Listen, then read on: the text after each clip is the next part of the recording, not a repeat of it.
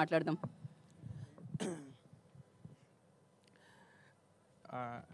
ముందుగా ఇక్కడికి వచ్చిన వాళ్ళందరికీ థ్యాంక్ యూ సో మచ్ అండి. So March 28 summer cinema, first cinema. డెఫినెట్గా నేను కాన్ఫిడెంట్గా నేను ఆర్ఆర్తో చూసుకున్నాను అండి సినిమా. నేను చాలా కాన్ఫిడెంట్గా ఉన్నా సినిమా బ్లాక్ బస్టర్ కొడతామని.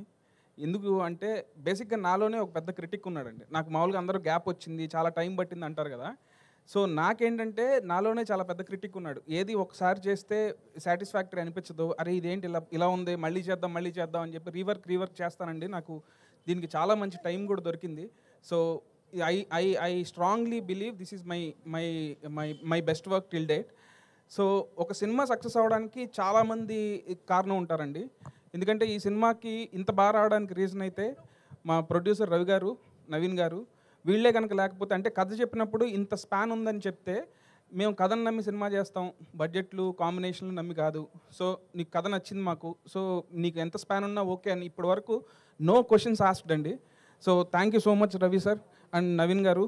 సో మీరు లేకపోతే మాత్రం సినిమా ఇంత బాగా వచ్చేది కాదు, నేను ఇంత కాన్ఫిడెంట్గా ఉండేవాడిని కాదు సార్. అండ్ ఈ సినిమాకి నాకు ఫస్ట్ నుంచి బ్యాక్ బోన్ ఎవరంటే నితిన్ అన్న. సో అంటే ఆయన కూడా అంతే, నన్ను ఎంత బిలీవ్ చేస్తారంటే స్క్రిప్టు ఒకవేళ నేను ఫస్ట్ సినిమా ఓకే అయిన తర్వాత స్క్రిప్ట్ చెప్పాను. స్క్రిప్ట్ చెప్పినా కూడా కొన్ని సీన్లు చెప్పకపోయినా సరే లేదు నువ్వు చేస్తావని ఆ కాన్ఫిడెన్స్తో ఏ రోజు ఏ క్వశ్చన్స్ అడగలేదు. అండ్ నాకు లాస్ట్ మినిట్లో ఒక ఈ సినిమాలో హీరోయిన్ చేంజ్ అన్నప్పుడు కూడా, చేంజ్ అయిన సిచ్యువేషన్ వచ్చినప్పుడు కూడా నేను లీలాని అప్రోచ్ అవ్వగానే తన విని అసలు బ్లైండ్గా ఈ సినిమా చేస్తున్న వెంకి, డెఫినెట్గా నాకు ఈ సినిమా కథ నచ్చింది and I love your direction అని చెప్పి సినిమా ఓకే చేసినందుకు Leela thank you so much Leela. And నేను రాజేంద్ర ప్రసాద్ గారికి చిన్నప్పటి నుంచి చాలా పెద్ద ఫ్యాన్ అండి. మా నాన్నగారు కూడా ఆయన సినిమాలు తీసుకెళ్ళేవాళ్ళు అన్ని సినిమాలకి. సార్ ఈ సినిమా మాత్రం మిమ్మల్ని ఊహించుకొని రాశాను sir. John Snow character Janardhan Sunnipenta నుంచి ఆయన ఏజెంట్ జాన్ స్నోగా మారి ఈయన ఎంత ఫన్ చేస్తారనేదే సినిమాలో మీరు అందరూ చూడాలండి.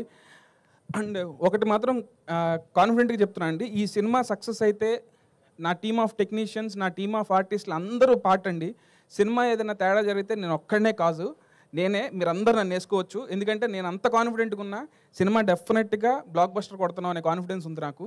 సో సినిమా సక్సెస్కి నా వెనకాల ఉన్న వాళ్ళు, నా టీం డిఓపి శ్రీరామ్ గారు, నా ఎడిటర్ కోటి అండ్ నా music director GV Prakash and నా ఆర్ట్ డైరెక్టర్ రామ్ కుమార్ గారు, ఇలా నాతో పాటు ఉన్న మా ఏడీస్ అందరూ కూడా చాలా బాగా కష్టపడ్డారండి.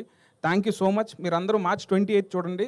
ఈ సినిమాలో ఫన్ను ఉంటుంది, అట్లాగే మీరు సర్ప్రైజ్ అయ్యే ట్విస్టులు కూడా చాలా ఉన్నాయండి.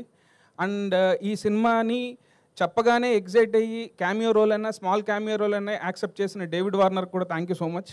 బికాజ్ ఆయన కూడా త్వరలో వస్తారండి, మీరందరూ చూస్తారు, డెఫినెట్గా హై ఫీల్ అవుతారు. థ్యాంక్ యూ సో మచ్ అండి. సో ఇలా